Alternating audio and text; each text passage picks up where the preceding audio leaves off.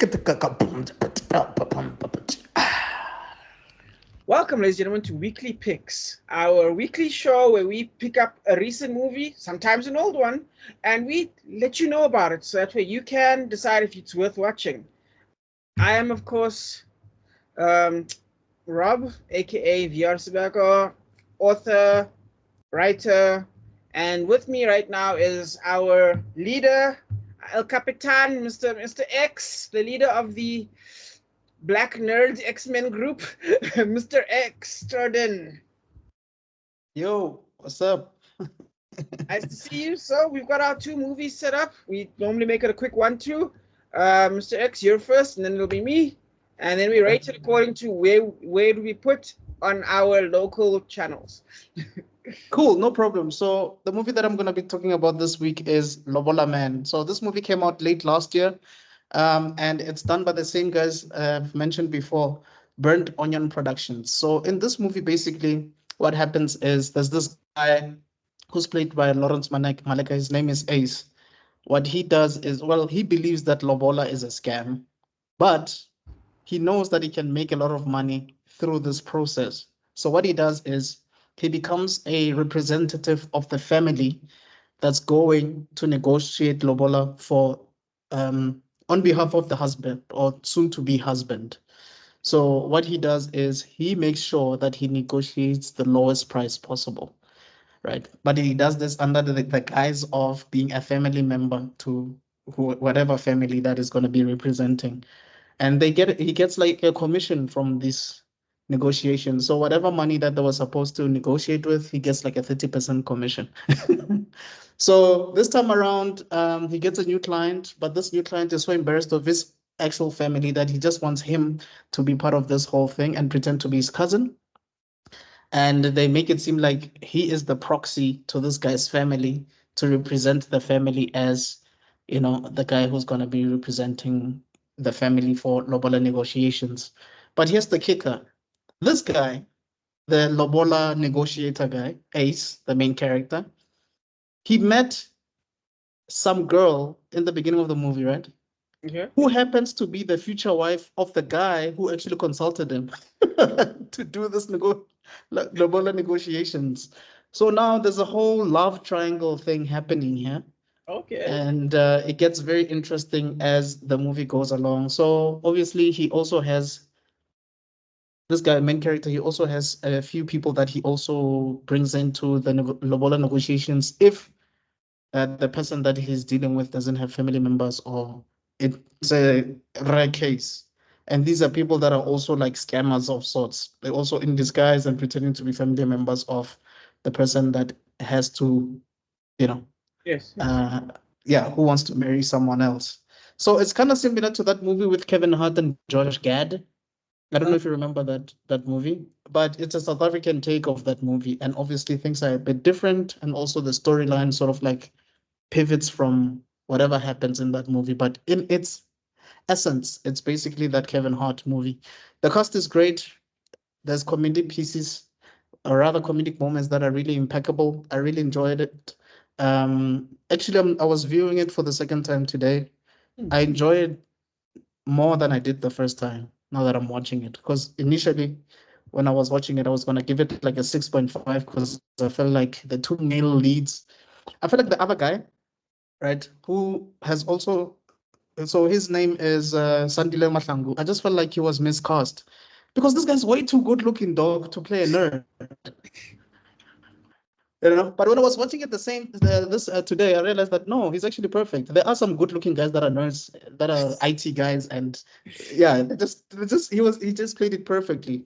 So I'm gonna give this movie an 8 actually out of 10. I think it hits every beat perfectly well. And for me, my favorite actor in this entire thing is Nimrod Nkosi. If you remember Jim Edley, he's in here. He's actually the father of the girl, the main girl. Wait, isn't that the Lotto guy? Yeah, live lotto draw. Friday night, action night. Yeah. That guy, yeah. So the only reason that it doesn't get a 10 and it gets a 9 is just that I feel like this should have been a series, not a movie. Because sometimes it feels like we could have known some of these characters a bit more than we did. And I feel like we were robbed because they forced it into a movie instead of making it a series. But yeah, I highly recommend it. A So movie yeah, you want more is always a good thing. Can't complain about that. Definitely. 100%. Yeah. I mean, absolutely. I mean, it does seem like I would have said like failure to launch, or Uh-huh. 10 Things I Hate About You, or Good Yes. Luck Chuck, or what's the other one? I think My Best Friend's Wedding, the two Dane Cook movies. Like there's the one, and then there's another one where basically the idea My is there's best a friend's gimmick. girl. I think it's that one where there's a Yeah. gimmick that No, that, it's that they follow it, through. it's Yeah. definitely my best friend's girl. I just don't remember. I don't see the correlation with Good Luck Chuck though. I was gonna say because the gimmick basically, and then the gimmick. Okay, now I would say that's more different. I would say My Best Friend's Girl's a better option, but Yeah. definitely the idea is a gimmick, and then because of the consequence of the gimmick, they end up with a situation. But okay, I Yeah. like that though. That's nice. No, it's good. I highly recommend people to watch it. This is definitely an Mnet movie. Like All right. this would definitely work as an Mnet movie for sure. How would you describe the pacing? I would say it's even, man. I would say it's average. It's just that at the end though, it definitely okay, the third act feels rushed in All my right. opinion because I don't buy that these people would love each other So in quickly. such a small space of time. You Uh, know how rom-coms yeah. are. Yes. These people meet for 2 days and they're madly in love with each other. It's not realistic. That is fair. That Uh, is fair. yeah. But All right. apart from that, yeah, it's good. Okay. Um. Another question. Um. How would you? Because I forgot what I was gonna say. How would you describe the performances, like specifically, like? So Lawrence Maleka, I feel like he was more of himself here than his portrayal in The River, because in The River he was playing this guy who could barely speak English and whatever. Here he is intelligent. He kind of reminds me of Alex Hitchens in Will Smith's performance in Hitch. Mm-hmm. And also, like you mentioned, Dane Cook. So he knows what he's doing. But the thing is, whenever he falls in love with someone who challenges him, he doesn't really like become the full-on great guy that he usually is. You know, he sort of makes mistakes and all of Speaking of that. mistakes, what kind of comedy would you describe? Because sometimes African films have almost like a stand-up comedy kind of comedy with a lot of talking, or would you say it's more situational? Like, A bit of both. ah, A bit of both. mm, Yeah, there are moments where the other lead guy, mm-hmm. the nerd, his comedy is a lot more situational. Okay, But when he's with Lawrence, the main character, Ace, yeah. the dialogue is the funny bits. Is that the snappiness of the dialogue is what gets you? Yeah, the snappiness of it. I could actually see them do a movie together, like a buddy cop movie. Not even a buddy cop movie, but a movie where they are both main characters and they're trying to get chicks. Like what's this? Hero trip, maybe? Wedding Crashers or Ah, something. okay, I thought maybe like what about like a traveling movie? Maybe would you consider that, or would you I prefer? could also consider that. Ah, Yeah, it's nice. just that both of them are. It's really hard. It's like both of them are cut on the same from the same cloth. Yes, Think couple. of like Yeah. watching a movie with Will Smith and maybe Robert Downey Jr. or something, Mm. and they're buddies. Like it just feels like they're too similar in a way. You know what I mean? I don't know how to Yeah, explain good it. energy there. No, like a little character. Yeah, Both have yeah. charisma. Okay, no. Instead of having like a foil to someone, even though the person will play the character of a foil, but you still see that. These guys are. Yeah, no, fair enough, fair enough, fair enough. Yeah. Guys, I Anyway, hope that's you my enjoyed that. movie. Hope that sounded fantastic. There you guys go. Burnt onion, like how I cook. Yeah. Cool, cool. Now it's my turn. My one is a more serious one this time. Normally I do the more chilled movies, but this time I decided to go something a little more serious. It's a movie called Juror number 2, made by Clint Eastwood, starring Nicholas Nolte, then our next Lex Luthor, Nicholas Holt, I believe, not Nolte. He's not a Nolte, but yeah. Our next coming Lex Luthor. That's basically who that is. So it's a sequel. No, Oh, okay. it's a part of the jury system, so it's juror number 2. Oh, There's okay. 12 jurors, and he's number 2. I Um, see. basically, the concept is, I'm not going to tell you what the concept is because it is actually better not knowing. I watched this movie without knowing anything. I just had a cover thing. I didn't even look at the breakdowns. so I'm just gonna try and break it down as much without explaining as much. You just need to know that he was in a jury, and then as the case unlocks, things unlock, and you don't know where it's gonna go. And it's pretty great. It's great suspense. This is a genuinely great movie. I enjoyed myself with this movie. It got me sucked in. The car. By the way, it is Nicholas Hoult who does a great job. Remember, he's British and he's playing an American, so it's good, great stuff. J.K. Simmons is in there. Toni Collette is in there. There's another guy. But yeah, the cast is there's a bunch of people in the movie who are just fantastic. Like at one point, you almost like, who's this? Who's this? You know, like every time someone shows up in a scene, you're like, oh wow. So Clint Eastwood managed to pull together a great cast for this movie. Oh, I see. Kiefer Sutherland is in this. Kiefer Sutherland is just a small character, but he's in there still. But yeah, funny enough, there's a very limited amount of J.K. Simmons in this, but you still enjoy it. Man he knows how to become a screen presence without blowing himself up. It's fantastic. Yeah, it was a lot of fun with the premise. Because again, I was genuinely shocked with what was happening, and you follow it through. The movie itself is visually stunning. I mean, every single shot, every single frame is beautifully shot. Clint Eastwood is one of my favorite directors. I actually wanted to ask you that. Like, is there any movie from Clint Eastwood that actually sucks? No, definitely. No, Gran Torino. What's it? $1 Million Baby, Victus. There we go. All fantastic movies, all stunningly beautiful, and he carries on with this thing. He must have a favorite cinematographer or something, but this guy keeps up the flow. Oh yeah, okay. So those are all the positives, right? So so basically, let's put it like this: there's an act one that sets up how things are going, and you're like, hot damn, okay, what's everyone gonna do? And then it flows, and things kind of spread in a different direction. And the act two is actually pretty decent. You know, most of the time act two is slow. This one, I would actually say it's not slow at all. Play smoothly with the suspense. As long as you don't know as long as you don't cheat yourself with what's happening, you don't know what's going to happen next. So you'll be with it the whole time. No slowness. In fact, funny enough, when you said your act three was a bit rushed, something happens that sets off act three, and you're like, what the hell? It just, and next thing you know, you're in act three, and you're like, okay, so the main character decided to do XYZ off screen, and it worked. And you're like, okay then, and then you get the consequence. I would say, I once watched a priest's interpretation of Gran Torino. I thought it was pretty fantastic. The idea was it was a very spiritual thing, very tied to Jesus, like self-sacrifice instead of I don't know if you've ever seen Gran Torino. Spoiler. I haven't. Isn't that the one where he's like this racist guy who was a shop? Yes. Yeah. Then it takes in like the get off my lawn, old man. Yes, he's a racist. Get off my lawn. Yes, exactly. He's one of those get off my own, but then he doesn't mind saying all the bad words, if you know what I mean, for all the different groups of people. But then he ends up getting connected with these Vietnamese people, and they like, he doesn't want to, but he ends up getting a bond with them, but then they end up causing trouble with a gang, with a proper Vietnamese gang, and then, yeah, things escalate. And let's just say the movie doesn't go the way you think it would go, and it rather takes a rather spiritual, because I know it's not a Christian movie, but it takes a spiritual turn. I want to say this movie doesn't think something similar to that, where you could understand that a Christian made this movie, if you know what I mean. Wait, Clint Eastwood is a Christian? Yeah, of course.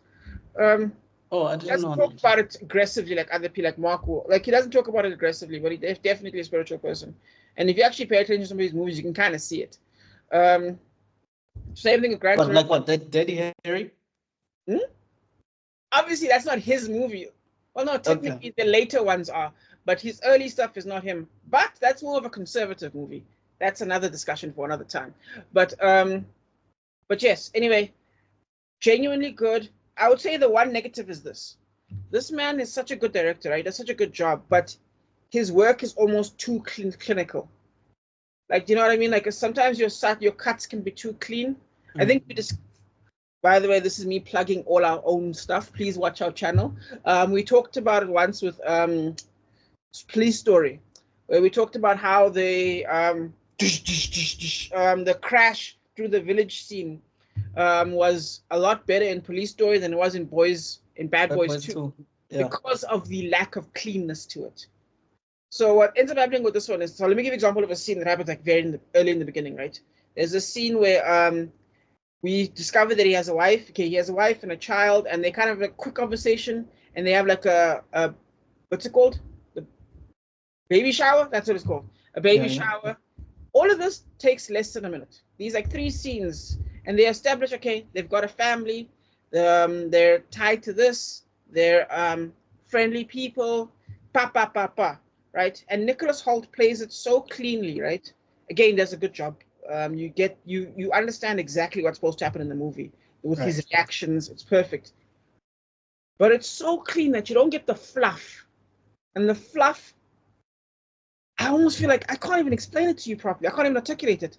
Like when you see someone like Robin Williams, when he does a movie and you see him like moving things around, right?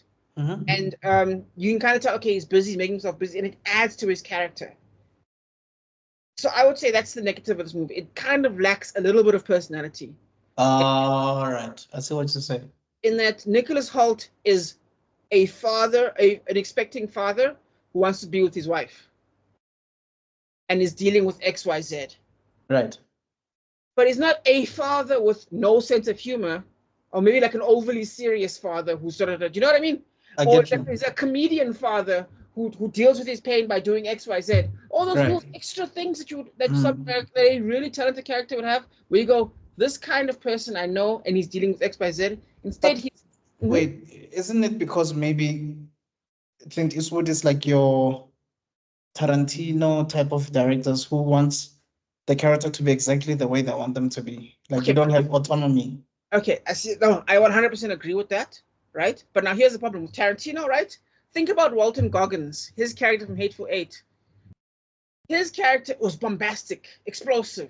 Yeah. I feel like if Clint Eastwood had shot it in the way he did Jury number 2, it would have just been a normal character. We wouldn't have gotten that, a letter from Lincoln. Do you know what I mean? Remember that? Right. You wouldn't have gotten that. Right. Or like, it's things like that little extra. It's in the script, but it's still extra. That gives you flavor. Right. And I feel like that's why this movie probably didn't blow up like it should have. There's not enough flavor to it. Like it's a good meal, but someone forgot to put in like paprika. Right. Because of that consequence, because everything else, cinematography, sound design, blocking, you name it, clean. But because it doesn't have that paprika sauce, doesn't have that spice in it, it's very salt and pepper, I'm only going to give it a 7.5 out of 10. This is a movie you would definitely see on Mnet, but I don't think you'd want to see. They put it like this: if nothing better is playing, it's playing at 8 o'clock, no question, no doubt, because it's such a clean movie. But it won't be something that you'll be hunting to watch. But you'll definitely enjoy because it got 93% on Rotten Tomatoes. Yeah, because again, it's a clean movie. It does everything right. The tension, the pacing, the timing. But I'm a little disappointed in it. I feel like, do you know what I mean? I'm disappointed. No, I get it. I felt the same way when I watched Captain America: The Winter Soldier. I just felt like it lacked something. Right? Yeah. A good example, Robert Downey Jr. in The Juror. Do you remember did you ever watch The Judge? The Judge, sorry, there we go. Remember his character? I haven't watched The Judge. You're hurting my feelings right now. Okay, how do I do this? What have you watched that I can think of?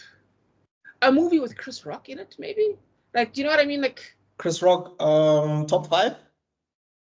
I would have said the one with the marriage, but yeah, top 5 works. Oh, I Think I Love My Wife. Yeah. Yes, I Think I Love My Wife. Like his character has got character. Done by anyone else, they wouldn't have been as funny. It would still have been a good movie, but it wouldn't have been as funny. Yeah, but if you think about it, I Think I Love My Wife was just a movie version of his stand-up comedy. What's this? Never Scared or something like that. Yeah. Sure, definitely. But there's still personality. 100%. Yeah. And that's what's kind of missing. It's like a clean surgery. I don't know how to explain it to you. No, I get it. Like it's it's like when you have a meal and nothing, there's no extra salt, extra, like you don't feel like everything is well done. Yes. Nothing feels like, yeah, sure. Kind of like how people complain about potters, no? Bunny Yeah. chows or spattles, wherever you are in the world, bunny Yeah. chow, where they say that they don't like bunny chows from like a Checkers or Pick and Pay. They prefer bunny chow from the streets Yes. with questionable hygiene. Yes. So for me, it feels like what you're saying is this movie is from like a 5-star restaurant as opposed to that mama on the street Yeah. who can give you the same meal for like 50 rand. Yes. Yeah, exactly. I almost feel like this movie would be better if it was a worse movie. Like, it's so weird to explain it. Like, you know what I mean? So who do you think would have given it? Who do you think would have done it justice, pun intended, Okay. than Clint I Eastwood? think it would have to be an actor that plays himself. Do you know what I mean? Like Brad Pitt plays himself, but is charming. But not him. I don't think he would have suited this movie. I think he would have come off as boring. He would have been too subdued. Would have ruined. Clooney? Who? Clooney. Too old. It's a young couple. It has to be a young couple. You do understand that Pitt and Clooney are like not so far from each other. I know, but Pitt's face just makes him look 20 years younger. But I know what you mean. I know exactly what you mean. Chris Hemsworth has personality, but he always plays an idiot. So I've never seen him do something serious and interesting. So when he does something serious, it's kind of similar to Thor, where he's playing the huntsman or Gyllenhaal. Gyllenhaal would have been great. I think. yeah, it does suit. It does suit Gyllenhaal. He's always extra in everything. Christian Bale? He wouldn't have done this movie. I agree he would have been good, but I don't think Christian Bale would have done this movie. I don't think he would have. Think about it. Think about all of Christian Bale's roles. Again, you need to watch The Big Short. It's such a small role, but he's so interesting in it. But yeah, no, Christian Bale would have killed this. I just think he wouldn't have accepted the script. He would have done the same. It would have been exactly the same with him in it. No, I think Christian Bale and Joaquin Phoenix, no, Jake Gyllenhaal, I feel like they both do their own research in such a way. Yes. They produce something unique without even trying. Bradley Cooper? I still have to watch Maestro, but from what I've heard about it. Okay, let me put it like this. I think there are some actors who have an off switch. If the director tells them, I need you not to do this, he won't do it, and he'll switch off his personality. So I think Bradley Cooper, if Clint Eastwood said, don't do this, turns off his personality. Christian Bale and Jake Gyllenhaal can't turn off their personality. Do you know what I mean? I've never seen them look bored in a movie. Am I wrong? I hear you. I was thinking of what's his name? Killmonger? Michael B. Jordan. Yes, he has an off switch. Like, he's a great actor, but there are times where you're like, this is not this. Someone directly told him to say no, and he said no here. I think Jamie Foxx is like that as well. Like, I don't think he has an off switch. Yeah, I also don't think he has an off switch. I was gonna say, yeah. No. I was gonna argue with you a little bit there. Yeah, I actually think, yeah. So Christian Bale, Jake Gyllenhaal, and Jamie Foxx would have actually, if they would have killed this, and maybe Robert Downey Jr. But again, I feel like he's old, wouldn't have really worked as well. Jamie Foxx probably. I feel like Jamie Foxx, black don't crack. What can I say? Yeah, no, Jamie would have killed it, I think. I haven't watched it, but from what you explained, I mean, we have seen. Who's this guy now? Why do I keep forgetting his name all of a sudden? Ken. Who's Ken again? Ken. From Barbie. Oh yes, he would. He's a good one. Yes. Ryan Gosling. Ryan Gosling. He did Fracture. Remember? Yes. So I think he would kill this. Actually, yeah, he would kill it. Yeah.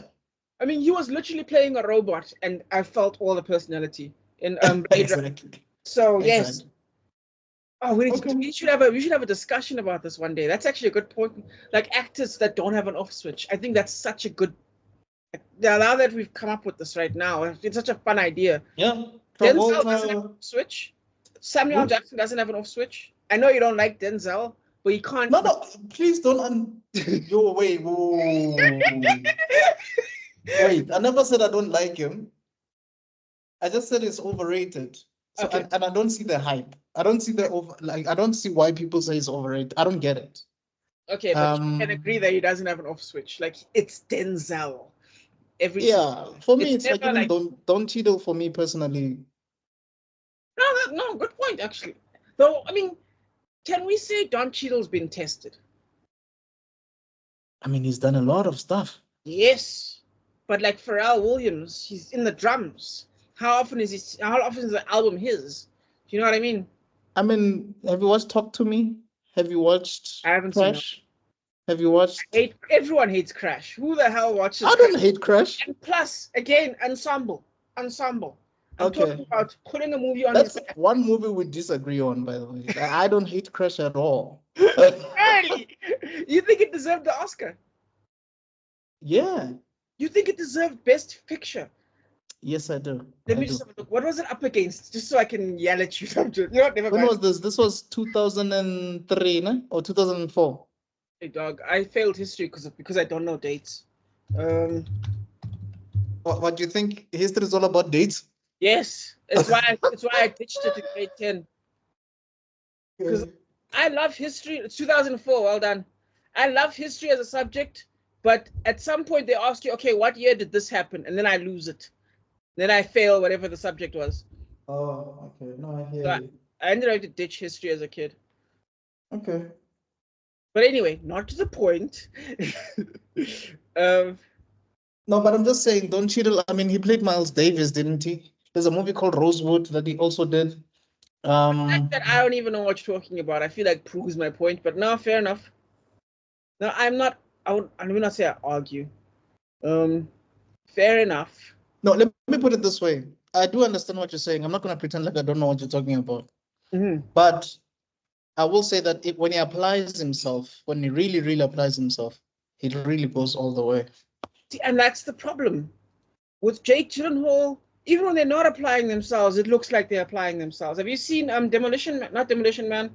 Demolition. I think this is called Demolition. With it's Jake Gyllenhaal as well. You're more of a Jake Gyllenhaal film than I am. So I am such a huge Jake Gyllenhaal fan. Nightcrawler rocked my world. He should have won 10 Oscars for that one somehow. Like, have you watched it though? No, I haven't. But I feel like we've definitely went off our time thing. But no, but it's fine. Please continue using. Yeah, okay, wait. I haven't even given a score yet. You're gonna have to edit this together because this is supposed to be a 5-minute video. No, it's fine, man. I'll just leave it as is. It is called Demolition. 2015 with Naomi Watts. Such a simple movie, carries the weight. And then of course, what do you think about Joaquin Phoenix? Because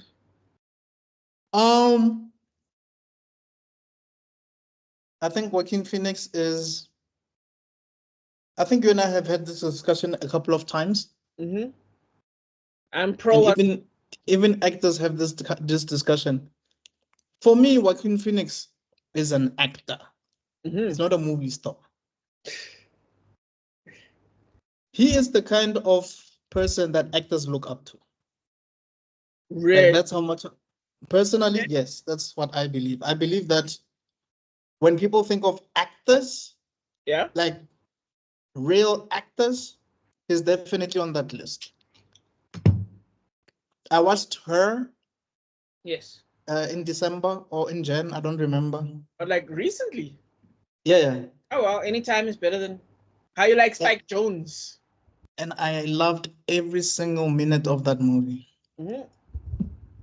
So for me, I feel like he can transform himself, bro. He's amazing for me. I've never seen the hype with Russell Crowe, never.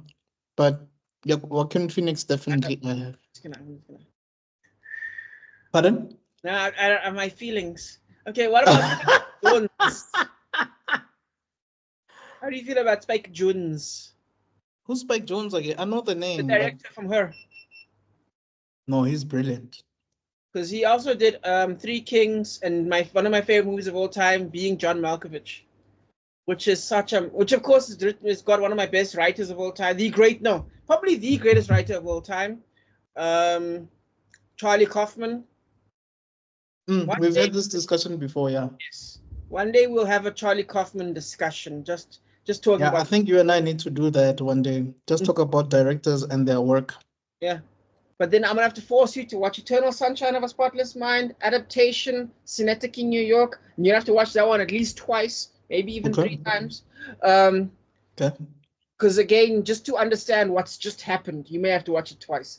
All right. And then, of course, being John Malkovich, flippant genius. And of course, at some point, we've already talked about Danny Boyle at least once. Yeah. Remember What did he direct again? I know the name. The Steve Jobs, and 28 days later, and 28 weeks later, and now it's going to be 28 months later, I think. Oh, yes. Yes. That's what it's called, 28 months later, no? Was it years? 28 years later. Oh, it is years, okay.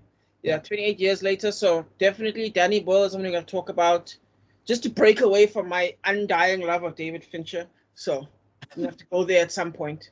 Are you eating avocado straight? Yeah. No salt. Straight to the head. Hey, free advertising, baby. All right, my man. Yeah, so I haven't been eating salt in a while. I eat aromat instead. Fair enough.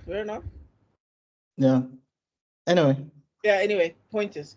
Yeah, I just think this is a great movie that for some reason, I think Nicholas Hoult did a great job. But I think with a better actor, it would have done everything that Clint Eastwood needed. Okay. Because I think even Clint Eastwood playing himself is too good. That's why Gran Torino was so good. Because it's starring Clint Eastwood. I actually think Nicholas Hoult made him. I think this shouldn't have been his movie.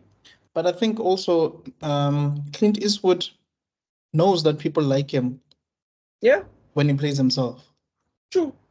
Yeah. I mean, the man's got nothing but personality for days. Even when he's playing a begrudged old man, he's still got this energy to it. Not even energy, but like gravitas. Yeah, gravitas. He's still hairy. Yeah. Or Blondie, actually. It's just depends which one where you saw him first. It's either Harry or Blondie. Blondie's from The Good, Better, and the Ugly. Yeah, and all of them. Technically, his characters never has a name. So Good, Bad, the Ugly, A Few Dollars More, The Man with No Name. They all don't. They just call him Blondie. Even though it's never, I don't think it's canon that it's the same person in every movie. But basically, people basically in everyone's head canons that it's the same person in every movie. Oh. Okay. Yeah. Cool. Not official canon as far as I know. Okay. Have you seen any of these movies, by the way? Oh, Clint Eastwood. I was gonna say any of The Good and the Bad and the Ugly and A Few Dollars More and No.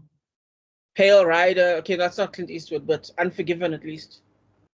One Best Picture, and I get why. Which year? That is. This is probably the longest weekly rap episode of. Yeah, I know. You lost. This is a tangent. I should have just given my score, and then we should have just. If I had given my score in that gap, because I finished the review. I finished. Yeah, you did. We kept talking. Yeah. No, I did say we did finish the review. Yeah. I did. You can close it off, and then I don't know. Let's just just up to you. Because I don't want to lie. I don't want to do the second half. Okay, cool. No, let's keep talking. Then we'll do the other thing next week.